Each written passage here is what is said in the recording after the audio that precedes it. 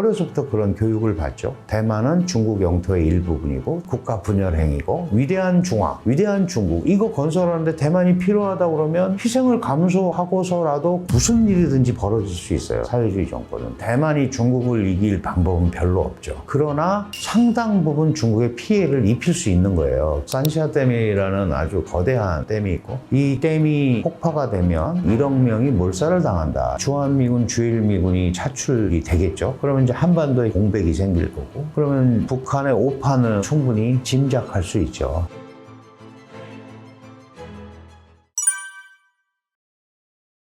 대만은 영토상으로는 기전부터 중국에 속해 있었지만 버려진 땅이었죠. 청나라 때도 그랬고 뭐 그 이전에도 중국의 통치를 받았습니다만 아시다시피 중국 본토가 너무 넓기 때문에 거기까지 신경을 쓸 수가 없었어요. 그러다가 1949년에 이제 국민당과 공산당 간의 내전이 4년간 중국 본토에서 이루어졌고 마오쩌둥한테 패한 장제스 당시 중화민국의 지도자가 국민당을 이끌고 대만으로 온 겁니다. 그래서 대만의 임시정부를 만들었죠. 중화민국 임시정부. 이렇게 되면서 결국은 대만의 중화민국이라는 국가가 멸망하지 않고 그대로 있다라는 거예요. 그러면 마오쩌둥의 중화인민공화국은 중화민국을 멸망시키고 새로 세운 국가입니다. 그러니까 중국의 입장에서 보면 중화인민공화국 입장에서 보면 중화민국은 이미 없어진 나라죠. 그럼에도 불구하고 중국이 주계장막이라는 걸로 스스로 가둬놓고서 이제 개방을 안 하고 있다가 이 시기에 이제 그 개방한 사람이 덩 샤오핑이라는 사람이에요. 1978년 말에. 그런데 이 중화민국을 대만으로 옮겼다고 주장하는 국민당 정부가 사실은 중국의 역할을 했던 거죠. 국제사회에서. 그리고 1971년에 유엔 안보리 상임이사국에서 축출될 때까지 여전히 세계 4강으로서의 권한을 행사했었다. 그렇게 되니까 여러분들이 잘 아시다시피 1997년에 홍콩이 중국으로 통합이 되고 99년에 마카오가 통합이 됐습니다. 그러면 그레이트 차이나 위대한 중국을 건설하는 데 있어서 대만만 중국의 품에 들어오면 말 그대로 일체의 중국이 되는 거죠. 위대한 중국이. 그래서 중국의 지도자들은 대만을 어떻게든지 복속시켜서 통일을 하는 것이 지도자의 역량이기도 하고 이거는 절대 영토 문제가 아닌 거죠. 통일을 통해서 위대한 중국을 건설하는데 굉장히 중요한 바로메타가 되는 겁니다. 그러니까 중국 입장에서는 대만을 그냥 놔두고 이 대만 문제가 자꾸 국제화되고 그래서 여기에 많은 국가가 개입을 하고 특히 대만은 미국과 단교를 했죠. 단교를 할 수밖에 없었던 게 1979년에 중국이 미국과 수교를 합니다. 수교를 하면 대만과 단교하는 게 중국의 첫 번째 목표예요. 조건입니다. 우리도 그랬고 우리도 중국과 수교하기 위해서 대만과 단교를 했습니다. 이 단교하면서 대만이 갖고 있는 전략적 지위 때문에 미국이 대만을 보호해줘야겠다라는 법을 만듭니다. 그게 대만관계법이라는 거예요. 그러니까 그 법에 의해서 대만의 안전을 지켜주겠다. 그러니까 외세가 개입해 있는 거죠. 중국의 입장에서 보면. 그러니까 홍콩을 통합하면서 복속시키고 이제 그 전에 영국의 식민 지배를 받던 홍콩 지역이 들어오면서 제국주의 세력을 축출했다. 이제 이렇게 중국에서는 얘기를 하니까 이제 미국이 개입해 있는 대만 문제만 스스로 해결할 수 있으면 그야말로 위대한 중국이 되는 거잖아요. 이런 것 때문에 지도자의 역량과 그 다음에 중화민족이라는 가공의 민족이지만 중화의 일종의 공동체, 커다란 틀 이런 것 때문에 더욱더 이렇게 중국에서는 대만 문제에 대해서 신경을 쓰는 것 같습니다. 기본적으로 중국은 대만이 중국의 분할할 수 없는 영토의 일부분이다. 이게 이제 하나의 중국 원칙이에요. 어려서부터 그런 교육을 받죠. 대만은 중국 영토의 일부분이고 대만이 중국의 품에서 빠져나가려고 하는 것은 국가 분열 행위고 이렇게 봤기 때문에 대만은 중국에 속한다고 생각을 하는 거죠. 그런 상황에서 대만이 자꾸 독자적 행동을 하려고 하면 당연히 중국 사람들은 중국의 품에서 빠져나가려고 생각을 해서 강력히 반발을 하는 거죠. 그래서 대만의 독자적인 행보에 대해서는 상당히 부정적 시각을 가지고 있습니다. 대만 사람들은 중국 본토에서 온 국민당 사람들도 있고 대만에서 또 낳고 자라고 어려서 어려서부터 독자성 교육을 많이 받은 사람들도 있어요. 대만 사람들한테 당신은 어느 나라 사람입니다 물어보면 나는 중국인이다 이렇게 답하지 않고 나는 대만인이다 이렇게 얘기합니다. 이런 사람들이 한 60%가 넘습니다. 그러니까 기본적으로 지금의 대만은 독자 성향을 굉장히 강조하는 사람들의 흐름으로 가고 있으나 워낙 양쪽의 국력차라든지 뭐 군사력 차이라든지 경제력 차이가 많이 나기 때문에 대만 입장에서는 수동적이 될 수밖에 없는 거예요. 그런데 이 차이잉원 정부가 올라오고 나서 중국적 색채를 걷어내려는 노력을 굉장히 많이 해요. 중국적 색채를 걷어낸다는 게 무슨 얘기냐 하면 중국으로부터의 영향력을 덜 받겠다는 거죠. 그러면 중국의 영향력을 안 받으면 결국은 대미 외교나 대일 외교를 강화하는 수밖에 없잖아요. 이게 바로 이제 대만 문제를 국제화하는 겁니다. 이제 이런 부분을 둘러싸고 충돌이 있는데 대만은 가진 국력이라든가 이런 것 때문에 지나치게 대미 접근이나 지나치게 대서방 접근도 중국과의 안정적인 관계에 문제가 생길 수 있기 때문에 표현을 잘 안 하고 있죠. 그래서 항상 조사를 해보면 한 70% 정도가 일단 이대로 현상 유지를 하자. 그런 쪽으로 가고 있는 겁니다. 사실 궁극적으로는 대만이 중국을 이길 방법은 별로 없죠. 1대1로 하면. 그러나 대만이 갖고 있는 전략적 지위, 그 다음에 특히 미국의 대중 압박에 굉장히 중요한 한 축인 인도태평양 전략에 있어서 대만의 중요성이 부각이 되고 미국의 입장에서 대중국 압박을 뭐 군사적으로 하는 부분도 있고 여러 가지가 있지만 특히 기술 굴기를 제한하는 그 핵심이 이제 반도체인데 TSMC라는 또 반도체 파운드리 거의 60%를 장악하는 강력한 제조 시스템을 갖고 있기 때문에 그 중요성이 더 높아진 거예요. 중국 입장에서는 언제든지 마음만 먹으면 할 수 있다고 얘기를 하죠. 그리고 많은 국민들은 중국인들은 자꾸 머리 복잡하게 하면 전면전도 불사할 수 있다라고 얘기하지만 미국이 개입해 있고 이 부분에 대해서 중국의 대만 침공은 중미 전쟁으로 번질 수도 있잖아요. 이런 데 대한 판단을 해야 되잖아요. 민중은 민중이고. 그리고 그게 성공하면 괜찮지만 장기전으로 가거나 혹시 실패를 하게 되면 중국의 지도부가 굉장한 타격을 입죠. 중국의 지도부는 공산당 지도부잖아요. 공산당이 엄청난 타격을 입니다. 그러니까 지금은 아직 거기까지 가 있는 것 같지는 않습니다. 왜냐하면 통일하는 방식이 여러 가지가 있는데 무력 통일 같은 경우는 제일 나중에 하는 방법이고 협상을 통한 통일, 중국이 얘기하는 한 국가 두 체제에 의한 통일 그런 것도 잘 안 되면 대만을 압박을 하는 거죠. 여론전, 심리전, 뭐 금융 통제, 멀리서 해상 봉쇄, 불안감을 조성하는 거예요. 이런 걸 통해서 야 이렇게 버티는 것보다는 통일 쪽으로 가는 게 그 통일이라는 거는 대만이 먹히는 거죠. 흡수되는 방향인데 이렇게 만드는 거죠. 분위기를. 그리고 그런 것도 잘 안 되면 마지막에 쓸 수 있는 카드가 무력입니다. 물론 무슨 일이든지 벌어질 수 있어요. 사회주의 정권은. 우리가 푸틴의 러시아가 우크라이나를 침공할 거다 안 할 거다 99.99%가 안 한다고 그랬잖아요. 근데 한단 말이죠. 중국도 시진핑 지도부가 그럴 수도 있어요. 그럴 수도 있는데 지금은 그렇게 하는 게 어느 게 더 유리하냐라는 걸 놓고 볼 때 지금은 아직은 거기까지는 안 가 있는 것 같아요. 지금 당장 이걸 가지고 뭐 양안 위기가 과장돼 있다고 말씀드린 거가 바로 이런 부분입니다. 그러나 언제든지 문제는 발생할 수 있고 일어날 수 있다. 이걸 염두에 두고 있는데 다만 이제 지금 상황에서는 전략적 판단을 했을 때 과연 지금이 적기냐? 뭐 2024년, 뭐 2027년, 뭐 아직 몇 년 남았으니까 충분히 가능하지만 그게 갑자기 무력으로 벌어지기는 쉽지 않은 상황인 것 같아요.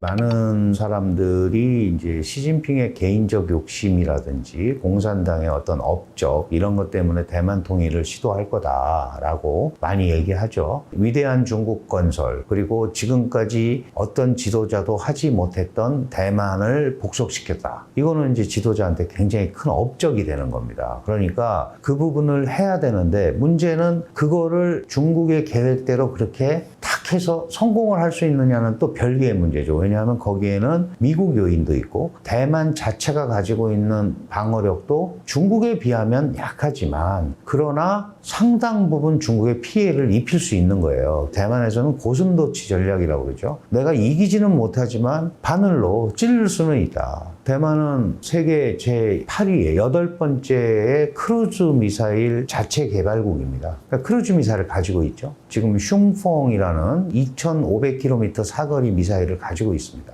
그러면 베이징, 상하이 이런 데가 다 사정권에 들어와 있는 거죠. 그러면 당하더라도 그냥 가기는 그렇잖아요. 그러니까 그런 상황이 안 일어나야 되는 거죠. 특히 삼엽댐이라는 댐이 있습니다. 양자강에. 이 댐이 만약에 폭파가 되면 적어도 5천만, 많으면 1억 명이 몰살을 당한다. 이런 이제 시뮬레이션이 나와 있는데 이거는 중국 정치의 근간을 흔들 보통 문제가 아니잖아요. 그래서 그렇게까지 해서 지금 이거를 해야 되느냐에 대한 이제 전략적 판단이 필요한 거죠. 그러나 정말 코너에 몰리고 필요하다고 생각하면 할 수도 있습니다. 그런데 대만 본섬에 대한 전면 공격은 부담이 클 거 아니에요? 그러면 주변에 몇 개 섬이 있어요. 금문도, 팽호도, 마조도 이런 데가 있는데 그런 부분 점령 시도를 할 수 있죠. 그런데 부분 점령을 하면 본섬에 대한 대비가 더 강화되죠. 그러면 그것도 하기가 애매하지 않습니까? 그러니까 무력 사용을 배제하겠다는 약속을 안 하지만 기본적으로는 평화적으로 해결하겠다라는 게 중국의 입장이에요. 표면적으로는. 그런데 지금 대만의 민진당 정부는 독립 성향이 강하기 때문에 그런 부분을 국내 정치용으로도 받아들일 수가 없는 거잖아요. 다만 내년 1월에 대선이 있고요. 이럴 때 국민당 후보가 되거나 그거보다 조금 약한 민진당보다는 독립 성향을 약하게 주장하는 후보가 되면 중국도 그런 부담을 훨씬 덜을 수가 있는 거거든요. 그래서 그거는 조금 더 지켜봐야 돼요. 지켜봐야 되고 뭐 시진핑이 4선 4연임을 위해서 할 수도 있다. 할 수도 있겠죠. 그게 2027년이에요. 그리고 마침 인민해방군 창건 100주년이에요. 그러니까 여러 가지 상황으로 봐서 그런 시도를 할 수도 있겠다라는 얘기를 많이 하는데 미국의 서태평양 사령부 쪽에서 많이 나오는 말이다 하는 것만 일단 염두에 두고 계시면 될 것 같아요. 일은 언제든지 벌어질 수 있습니다.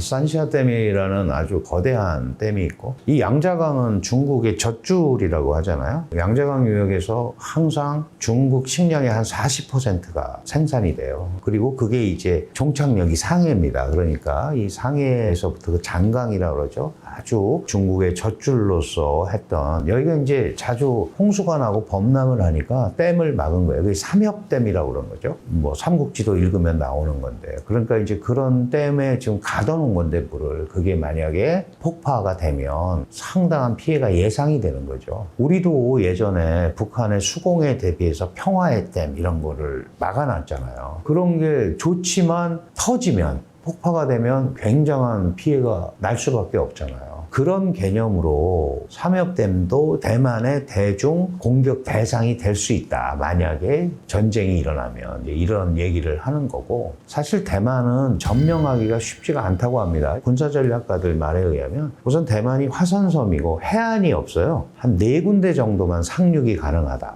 그리고 그 절벽에 전부 해안포도를 삥 둘러놨죠. 그리고 대만 해협이 135km인데 어쨌든 점령하려면 미사일 공격을 하고 오지만 여기를 건너와야 되잖아요. 그러면 135km를 어쨌든 건너와야 되니까 표적이 노출이 되기가 쉽고 물론 대만 혼자서 방어할 수는 없습니다. 아마 대만 혼자서 방어하게 되면 아마 손 들 거예요. 그런데 이제 미국이 혹시 개입을 하거나 이러면은 버티는 힘이 생기겠죠. 그러면 그걸 불사하면서 과연 전쟁을 할까? 그러면 자기의 권력을 뭐 사선이라든지 막 이런 거 생각하면서 한 시도가 오히려 이게 이렇게 가면은 잘못한 거 아니야 그래서 그 권자를 오히려 위협할 수도 있는 거 아니겠습니까? 그러니까 그런 부분은 뭐 여러 가지 시나리오를 쓰고 뭐 일부는 소설 쓴다 그러는데 그런 차원에서 보더라도 아직은 그렇게 뭐 정확하게 어떻게 돼 있는가 그런 거는 없는 것 같은데 대만 내부에서 국방부 같은 데서 그런 얘기가 있어요. 72시간과 336시간 이런 얘기가 있는데 72시간은 3일이에요. 3일을 버티고 미국이 오면 대만이 같이 전쟁을 할 수 있는데 미국이 안 오면 336시간 14일입니다. 14일 안에 대만은 중국에 점령당한다. 이제 이런 거죠. 그러니까 미국의 힘이 필요하다라는 걸 얘기하는 거고 최근에 이제 국방 예산 같은 것도 많이 증강하면서 무기도 많이 구입을 하고 사실 사실은 미중 간에는 중국은 미국에 대해서 대만에 무기 수출하지 마라 이런 얘기를 계속 했었는데 사실 대만 내에서 쓰는 뭐 탱크라든가 이런 거는 수출해도 섬 아니니까 그게 없잖아요. 근데 이제 미사일도 팔고 드론도 팔고 트럼프 말기부터 이렇게 되니까 이건 공격용 무기잖아요. 그래서 그런 것 때문에 미국의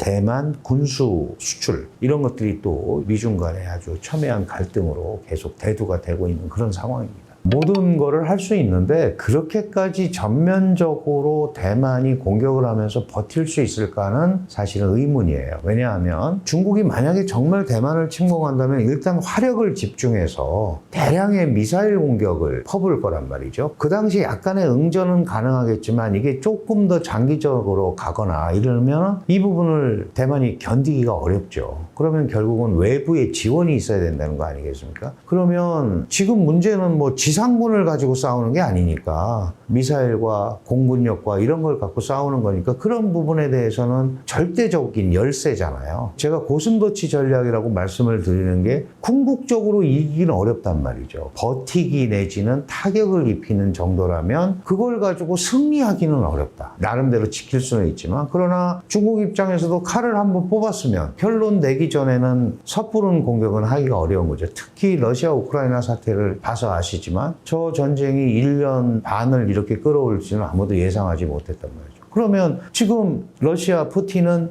우크라이나 고사작전인 거죠. 그냥 응전해주고 탄약도 없고 아무것도 없잖아요. 서방 세계가 지원 안 해주면 그냥 자동 항복을 할 수밖에 없는 무력화시키는 방향으로 지금 작전을 바꿨단 말이죠. 그러면 대만과 중국 간의 양안에 이런 문제가 생겼을 때도 이게 발을 빼고 오래 가면 그 다음에는 방법이 없잖아요. 그러니까 장기전으로 가면은 당연히 대만이 이길 방법이 없죠. 제일 좋은 건 전쟁이 안 일어나야 되는 거고 일어나더라도 확고한 대미 억지력 그걸 분명히 등에 쥐고 해야 되고 마침 중국의 부상을 견제하는 일본도 있으니까 미일 이게 합쳐져서 좀 막아줘야 된다 이런 생각을 하는 겁니다. 그런데 그거는 국가의 외교 행위라는 건 항상 상대방이 있고 자기의 이익 추구가 1번이거든요. 도와줄 것처럼 하다가 안 도와주는 경우가 많잖아요. 우리가 보면. 그래서 대만도 고민이죠. 그런 부분이. 중국도 고민입니다. 어쨌든. 그리고 우리도 또 굉장히 고민이죠. 전면전이 일어나면 또는 이제 중국의 대만 침공이 일어나면 주한미군의 일부 병력이라든지 뭐 공군력이나 이런 게 차출될 수 있고 그러면 김정은의 오판을 불러일으킬 수 있고 그 다음에 그런 미군이 도와준다 그러면 중국이 직접적으로 평택기지를 때릴 수도 있고 뭐 이제 이렇게 되는 거예요. 시나리오라든가 이런 것들이 하다 보면 한도 끝도 없잖아요. 그래서 이제 안 일어나게 하는 게 제일 좋은 건데 어쨌든 이 양안 간의 전쟁 이거는 그 결과도 그렇고 시작점도 그렇고 굉장히 어려운 구조예요. 다만 민족주의, 애국주의 그 다음에 중국의 분할할 수 없는 영토의 일부분으로서 위대한 중화, 위대한 중국 이거 건설하는데 대만이 필요하다 그러면 희생을 감수하고서라도 국민의 지지가 있으면 할 수 있는 거죠. 근데 아직은 그 단계는 아닌 것 같아요. 아직은. 지금 중국 경제가 너무 어렵기 때문에 그리고 뭐 이게 갑자기 회복되거나 이러기도 어렵잖아요. 미국의 지속적인 압박이 있으니까. 그래서 그 부분은 이제 중국 스스로도 지금 굉장히 고민이고 제가 판단할 때는 대만 문제가 1번 문제는 아닙니다. 중국에 있어서 대만 문제가 1번 문제는 아니고 경제를 우선 회복을 시켜야 되고 대만은 하나의 중국 원칙을 국제적으로 계속 얘기하면서 이 문제에 외세가 개입하지 못하도록 하는 게 목표죠. 그래서 우리도 원래 문재인 정부 말기에 문재인 대통령과 바이든 대통령 회담에서 대만 해협의 안정과 평화가 들어갔고 그 이후에 한미 정상회담마다 그게 꼭 들어가거든요. 그게 바로 그거예요. 하나의 중국을 인정을 해야 되고 대만 해협의 안정과 평화 이런 얘기하는 것 자체가 내정 간섭이다라는 얘기를 계속 하고 있잖아요.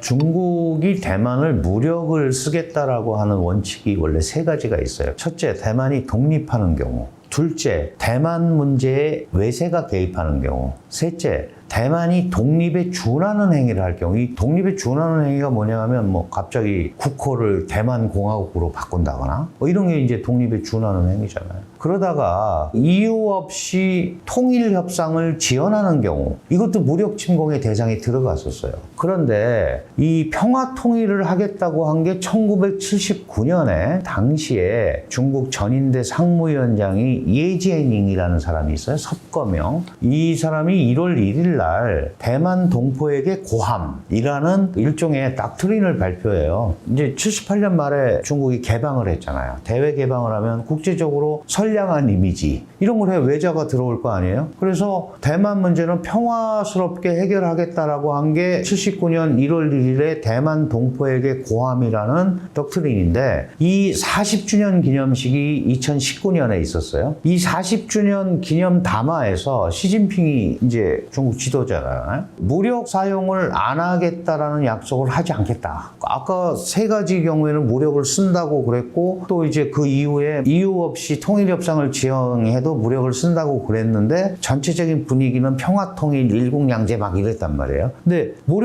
안 쓰겠다라는 약속 안 하겠다 이거예요. 그러면서 사실은 중국 정부가 추가하지는 않았지만 미국이나 중국의 군부나 이런 데서 흘러나온 게 있어요. 그러면 요거 말고 또 무력을 쓸 수 있을 게 언제가 있을까? 거기에 이제 대만이 핵무장을 시도하면 무력을 쓸 수 있다. 왜냐하면 이제 핵을 진짜 갖게 되면 그거는 공포의 균형이라는 게 있죠. 체급이 아무리 차이가 나도 서로 핵을 갖고 있으면, 지금 북한이 그런 거 때문에 하는 거잖아요. 근데 또 이제 중국 같은 데는 무슨 얘기를 하냐면 대만 내부에 동란이 발생할 경우 굉장히 애매하죠. 소위 민진당 그룹과 국민당 그룹, 이게 이제 녹색 그룹, 남색 그룹 이렇게 얘기하는데, 여기가 충돌이 되는 거면은 충돌할 수 있죠. 우리도 진보 보수가 충돌하듯이 이거를 동란으로, 이거 동란이야 규정하고 무력을 쓸 수 있다는 거예요. 그러니까 무력 사용의 범위가 굉장히 넓어졌죠. 쓰고 안 쓰고는 그 다음 문제고, 이렇게 대만 문제에 대해서 힘으로 압박할 개연성들을 훨씬 늘어놓은 거죠. 그리고 핵을 갖게 되면 이제 미국의 핵우산 정책도, 뭐 미국이 대만을 핵으로 보호해준다는 얘기는 안 했지만 핵우산 정책도 문제가 생기죠. 근데 사실 북핵 때문에 일본에서 핵무장론 나오잖아요. 우리나라도 핵무장론 나오고. 그러면 이거 대만도 하지 말라는 법 하나도 없습니다. 그러면 보세요. 중국이 2차 대전 이후에 유일하게 이 동아시아 지역에서 핵을 가짐으로써 파워를 형성해 왔다 이거죠. 자기네 말로는 그걸 이제 전략 균형이라고 그래요. 2차 대전 이후에 형성된 전략 균형. 근데 북한이 핵을 가짐으로 인해서 사실 이 전략 균형이 깨지는 거죠. 만약에 남한이, 한국이 우리도 가져야겠다. 저거 어떻게 하느냐. 일본, 대만 이렇게 가지면 지금 저쪽에 인도, 파키스탄이 핵을 갖고 있잖아요. 러시아는 원래 있는 거. 그러면 오히려 거대한 중국 대륙이 핵을 가진 국가들한테 둘러싸이는 형태가 되는 거예요. 그러면은 2차 대전 이후에 유지해왔던 전략 균형은 사라지는 거죠. 그래서 우리가 북핵에 대해서 중국 보고 더 적극적 역할을 해달라고 하는 겁니다. 근데 뭐 중국도 어떻게 할 수가 없어서 북한이 말 안 듣죠. 일단 개발을 시작을 했고 이제는 핵 보유국으로서 떠들고 있잖아요. 그래서 이런 상황을 놓고 봤을 때 만약에 대만이 핵 무장을 시도를 하면 그때는 상당한 폭풍이 예상될 수밖에 없다. 그리고 핵무장을 시도하는 대만을 미국이 돕는 거는 안 되죠. 왜냐하면 핵 확산을 방지해야 되는데 NPT, IAEA가 그렇게 돼 있잖아요. 근데 대만이 혼자 어떻게 자체적으로 하겠어요? 누가 도와주지 않으면 핵을 만들 수가 없잖아요. 그러니까 그런 복잡한 역학관계가 형성이 돼 있기 때문에 아직 대만은 그런 시도는 하지 않는 거죠. 그리고 아시다시피 대만이라는 데가 일본, 오키나와 열도하고 연결이 돼 있잖아요. 지금 오키나와 기지에 전술핵이 있지 않습니까? 그러니까 정말로 충돌이 나면 언제든지 쓸 수 있는 거라서 미군의 무기입니다, 당연히. 또 그걸 거기다 써줄지는 모르겠고 절대 그런 일은 안 일어나야겠지만 어쨌든 대만이 그런 시도를 하는 것은 중국에 커다란 빌미를 줄 가능성이 있기 때문에 쉽지 않을 겁니다. 그런 얘기는 대만 내에서도 거의 금기어처럼 쓰지 않고 있습니다. 만약에 중국하고 대만에 전면전이 발생했다 그러면 주한미군, 주일미군이 차출이 되겠죠. 공군력이라든지 해군력이 갈 거고, 그러면 이제 한반도에 공백이 생길 거고, 그러면 북한의 오판을 충분히 짐작할 수 있죠. 미국이 두 개의 전선을 운영하는 거는 굉장히 어렵잖아요. 그러니까 중국이 오히려 요 틈을 타서 북한을 자극할 수도 있는데, 근데 그거는 이제 그런 시나리오는 가능해요. 그런데 중국이 하나에만 집중하기도 어려운데 그러기는 어려울 거고, 우리는 그런 유사 문제가 생겨도 한반도, 특히 우리 안보, 보안, 우리 걸 수호하는 게 1번이다 라고 얘기를 뭐 이미 여러 번 미국 측에 전달을 했고, 그런 일은 없을 거다라고 그러는데, 만약에 그렇게 되면 북한의 오판을 불러일으키기가 쉽다. 그런 점에서 이제 그게 일어나면 안 되는데, 많은 분들이 그런 얘기를 하죠. 김정은이 거기도 만약에 뭐 전쟁을 하는 건 거의 마지막 행위잖아요. 이긴다는 보장도 전혀 없죠. 우리도 전쟁을 하면 힘들고 그렇지만 한국이 질 거라고 생각하는 사람은 별로 없잖아요. 예를 들면 그러면 파괴만 되고도 끝날 건데, 그리고 북한 정권은 종말을 구할 거다라고 이제 얘기를 하는데, 자기네가 확실히 이긴다는 보장이 없이 그런 걸 하기는 쉽지 않을 거예요. 그러나 그런 개연성은 있다. 도발이라든지 국지적으로 움직일 개연성은 있기 때문에 이게 다 연결이 돼 있는 거죠. 양안 관계하고. 그래서 우리가 이 절대 남의 일이 아닙니다. 남의 일이 아니고, 특히 그 대만 해협 같은 데는 우리나라가요, 통상 국가잖아요. 한 98%가 해운으로 움직여요. 45%는 이제 대만 해협 남중국해 거쳐서 대서양, 인도양으로 가고, 나머지는 이제 미국 쪽으로 가는데 55%가. 45%가 전부 대만 해협 거쳐서 가는 거예요. 그리고 우리나라 원유의 80%가 대만 해협을 거쳐서 우리나라로 들어옵니다. 그러니까 굉장히 중요한 수송로잖아요. 이게 막혀버리면 오히려 엄청난, 지금 석유가 안 들어온다? 원유가 안 들어온다? 상상을 할 수도 없잖아요. 그러니까 이게 굉장히 양안 문제가 군사적인 것뿐만 아니라 경제적으로도 굉장히 얽혀있기 때문에 남 일이 아니다. 제가 여러분들하고 이렇게 소통하는 것도 굉장히 중요한 문제다. 우리가 옛날에 그랬어요. 우크라이나가 우리나라랑 뭔 상관이냐. 이건 정말 해서는 안 된 말이죠. 우크라이나 문제 때문에 러시아 원유, 가스, 국제 석유 가격에 영향을 끼치고 우리나라 빵에도 영향을 미친다. 이게 단순한 예지만 전 세계적인 공급망 생태계를 다 좌지우지하는 상황이 돼버렸잖아요. 대만 문제도 똑같습니다. 그러니까 이게 전혀 나하고 관계없다 이렇게 생각하면 안 된다는 거죠. 그래서 우리 머니인사이드도 이제 이런 관심을 갖고 보시는 것 같고, 그런 의미에서 이게 굉장히 복합적으로 얽혀있는 그런 문제라고 생각하고 접근을 해야 될 것 같아요. 우리가 뭐 대만한테 해줄 수 있는 건 없죠. 별로 없지만 동아시아 지역에서의 어떤 흐름 이런 거에 대해서는 좀 관심을 가지고 그런 일이 안 벌어지도록 의견도 모으고 하는 게 제일 중요할 것 같아요. 80년대 짜장면이 500원이었어. 지금 짜장면 얼마입니까? 8, 9천 원 하죠. 새우깡이 얼마나 올랐죠? 30배 올랐네. 새우깡의 가치가 30배 올라갔습니까? 금리가 올라가요. 그러면 세입자 입장에서 전세를 선호할까요? 월세를 선호할까요?